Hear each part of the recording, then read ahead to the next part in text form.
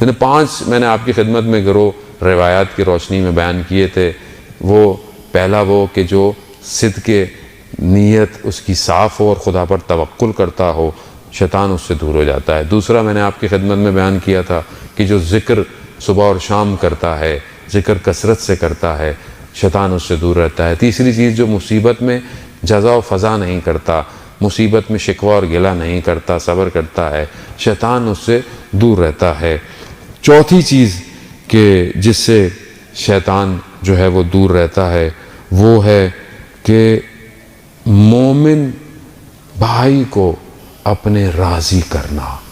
اس رضا کرنے والے سے شیطان دور رہتا ہے. یعنی جو میں اپنے لیے پسند کروں وہ اپنے مومن بھائی کے لیے بھی پسند کروں.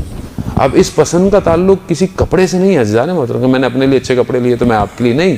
یعنی جو چیز میں یہ سمجھتا ہوں کہ یہ میرے ساتھ نہیں ہونی چاہیے، مجھے یہ بری لگتی ہے، وہ مومن بھائی کے ساتھ بھی نہیں ہونی چاہیے. میں چاہوں کہ مجھے کوئی دھوکہ نہ دے تو مجھے بھی کسی کو دھوکہ نہیں دینا چاہیے. میں چاہوں میرا کوئی مال نہ کھائے تو مجھے بھی کسی کا مال نہیں کھانا چاہیے. میں چاہوں کہ میری عزت ہو، میری رسپیکٹ ہو تو مجھے دوسرے کو بھی عزت اور رسپیکٹ دینی چاہیے. لیکن ہمارے ہاں تو معاش بالکل الٹ ہوا ہے.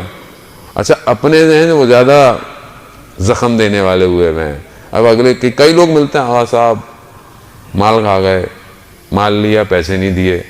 کون تھا؟ ہاں صاحب اپنا ہی تھا.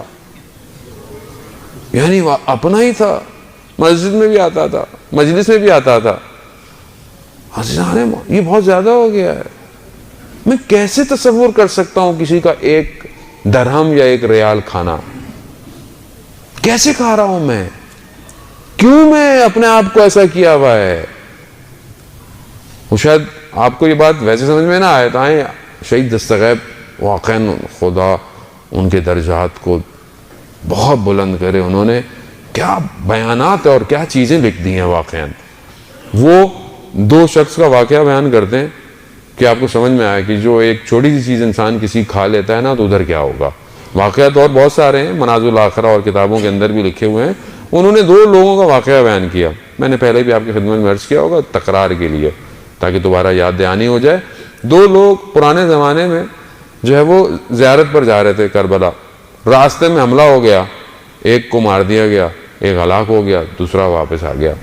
اب جو بچ گیا تھا اس کے خواب میں وہ آیا جو ظاہر نیک کام کے لیے جا رہے تھے تو اللہ تعالیٰ نے اجر دیا.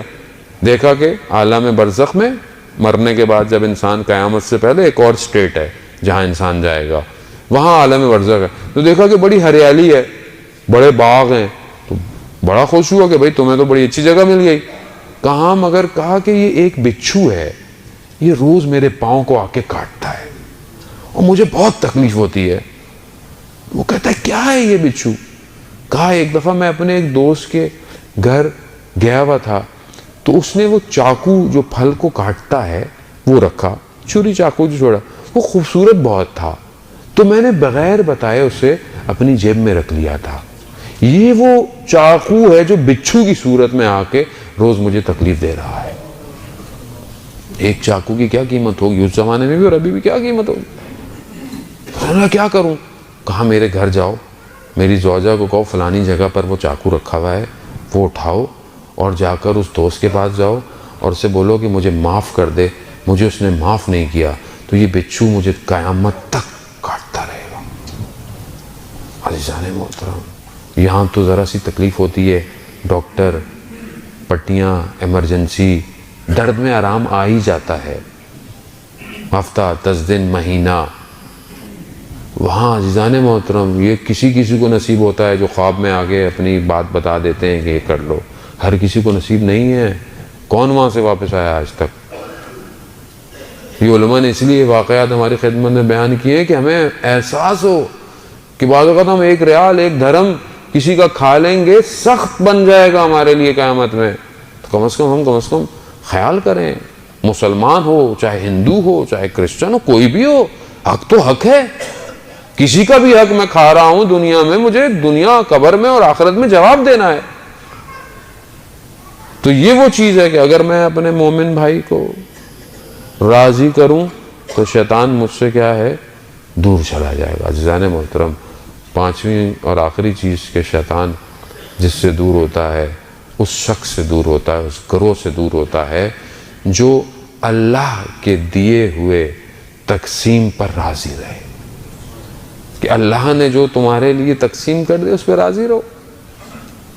اللہ نے اب اس کا مطلب یہ نہیں کہ میں محنت نہ کروں، میں محنت کروں، میں سٹرگل کروں، میں جو کر سکتا ہوں مجھے کرنا چاہیے، لیکن اس کے بعد جو مجھے عطا ہو رہا ہے مجھے اس پہ راضی رہنا چاہیے۔ اب میں اس پہ راضی نہ رہوں، یہ کم ہے، یہ یوں ہے، یہ یوں۔ عزیزان محترم، ہر کسی کا ایک نظام ہے، اللہ نے سب کو ایک نظام دیا ہوا ہے، اور ایک رزق ہے، لکھا ہوا ہے اللہ نے سب کا۔ اور روایات اور حدیث اور قرآن یہی کہتا ہے کہ ہم نے تمہارے لیے ہم نے رزق تمہیں عطا کیا ہے، وعدہ کیا ہے خدا نے روزی کا انسان کی۔ اور یہاں میں ایک اور بات کہتے تھے کہ بہت سے لوگ والدین اپنے بچوں کی شادیاں نہیں کرتے کہ ابھی تو یہ کر رہا ہے، ابھی تو ہے نہیں، کچھ نہیں ہے۔ خدا جب قرآن میں کہہ رہا ہے کہ تم نکاح کرو، ہم فضل و کرم کرنے والے ہیں، تو میں خدا کی بات پہ کیوں نہیں یقین کرتا؟ کیوں نہیں کرتا؟ کیونکہ اصل مجھے خدا پہ یقین ہی نہیں ہے۔ باتوں میں ہے، زندگی میں نہیں ہے۔ وہ قرآن تو ویسے بھی ریک میں رکھی ہوئی بک ہے ایک، بس وہ تو جب بیٹی گھر سے رخصت ہوگی تو سر کے اوپر رکھ دیں گے، ورنہ تو غلاف میں لپیٹ کے رکھنا ہے، اس کو کھولنا تو ہے نہیں۔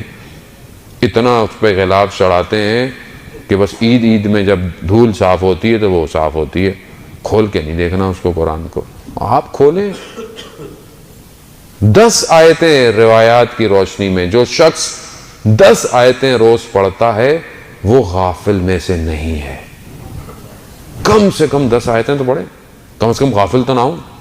باقی پھر 50 پہ جاؤں گا تو کوئی اور درجہ ہے، پھر 50 سے اوپر جاؤں گا تو کوئی اور درجہ ہے، لیکن کم از کم 10 آیتیں تو پڑھوں گا۔ کتنی دیر لگتی ہے 10 آیتیں پڑھنے میں؟ کتنی دیر لگتی ہے؟ 2 3 گھنٹے تو میں موبائل کے میسج پڑھتا ہوں، واٹس ایپ پڑھتا ہوں، فیس بک پڑھتا ہوں، وہ پتہ نہیں خبریں۔ اور ہمارے یہاں تو لوگوں کو یہ بھی مشکل ہے کہ وہ 2 گھنٹے بیٹھے ہوئے ٹی وی میں سیاسی تجزیے ہم دیکھتے رہتے ہیں، جس نے کسی مقام پہ نہ قوم کو پہنچانا ہے، نہ ہمیں پہنچانا ہے، نہ دنیا کو، نہ آخرت۔ کسی کو فائدہ اگر ہوا تو ان اینکروں کو فائدہ ضرور ہو گیا، وہ امیر ہو گئے ہیں بہت زیادہ۔ اور ہم بار بار دیکھیں ایک ہی موضوع، ابھی اچھا یہاں آیا تھا، اچھا وہاں آیا تھا، وہاں آیا تھا۔ یہیں سے تو انسان قوم کا شعور پتہ چلتا ہے کہ وہ کہاں جا رہی ہے۔ تو میں عزیزان محترم، میں اپنے آپ کو اپ لفٹ کر سکتا ہوں۔